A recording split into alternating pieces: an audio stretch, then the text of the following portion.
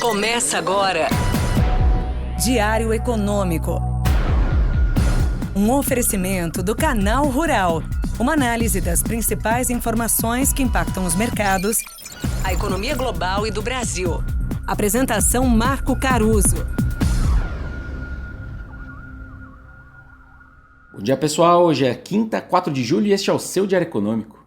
Finalmente, todos os ativos brasileiros conseguiram surfar a onda positiva vinda lá de fora, no dia em que mais de um risco aliviou bem. Até o nosso real valorizou mais de 2% e voltou para 5,55. E hoje pode até melhorar de novo, mas eu já volto nisso. Começando pelo SP500, mais um recorde histórico foi batido com os juros cedendo lá, com dados ali mais fracos dos Estados Unidos do que o estimado, alimentando argumentos de que o Fed começa mesmo a cortar as taxas de juros ainda esse ano. Aliás, setembro está querendo voltar para as apostas como primeira data ali de corte. O setor de serviços dos Estados Unidos contraiu num ritmo mais rápido em 4 anos, as folhas de pagamentos das empresas do setor privado, o emprego do setor privado, aumentou, mas num ritmo mais moderado, e os pedidos contínuos de auxílio-desemprego aumentaram pela 9ª semana seguida. Ou seja, atividade americana mais fraca, o que não é ruim nesse momento para os mercados pela via dos juros mais baixos. Isso tudo numa sessão que foi encurtada pelo Dia da Independência dos Estados Unidos, que é hoje. Fora isso, a ata da última reunião do Fed, que saiu ontem, pareceu de fato de um comitê mais inclinado a afrouxar a política monetária, comparado com os documentos lá do dia da decisão mesmo. Não parece então que o pessoal do Fed abandonou totalmente a chance de virem 2 cortes ainda esse ano. Eles citam inclusive uma vasta maioria dos diretores vendo o crescimento arrefecendo gradualmente e destacando um modesto progresso adicional da inflação indo para a meta.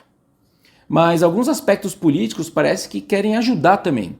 Primeiro, na França, algumas pesquisas para a eleição desse final de semana apontam que a extrema-direita não conseguiria ganhar a maioria absoluta. O copo meio vazio dessa notícia é que um parlamento sem maioria também pode empurrar a França para um período de turbulência por não conseguir formar um governo. Nos Estados Unidos, a pressão sobre o Joe Biden para sair da corrida presidencial ficou mais forte, com um texto do New York Times dizendo que ele teria de fato admitido por um aliado importante que ele poderia ter que abandonar a candidatura se ele não conseguir reverter a opinião pública nos próximos dias. A Casa Branca e a campanha democrata negaram rapidamente isso, mas fica aí a fumaça. E por aqui, finalmente, a moderação do dólar também veio pela moderação no tom, lá em Brasília, e pelos sinais de moderação nas despesas públicas também. Disse o presidente Lula que, abre aspas, responsabilidade fiscal não é uma palavra, é um compromisso. E o mais importante foi a fala do ministro Haddad depois da reunião que ele teve com o presidente ontem à noite.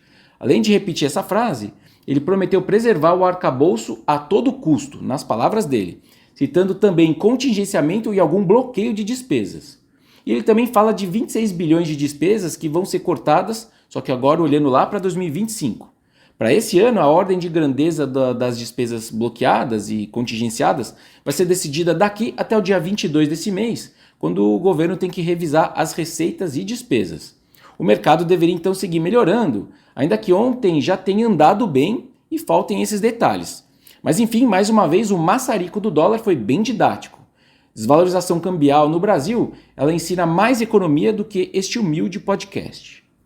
Para o dia, 2 destaques. Tem coletiva às 10 horas no plenário da nossa Câmara para apresentar parte do texto da reforma tributária. E aí, segundo eles, lá a votação poderia ficar para quarta, quinta-feira da outra semana. E lá fora, o Reino Unido vai às urnas escolher qual partido vai formar o próximo governo. Eles votam até às 22 horas deles, que dá umas 18 horas nossas aqui. Quando sai uma pesquisa de boca de urna, a gente já tem uma boa noção do que vai sair de lá. Os resultados mesmo só saem amanhã de manhã. Os trabalhistas têm algo perto de 40% de intenção de voto hoje, contra 20% dos conservadores.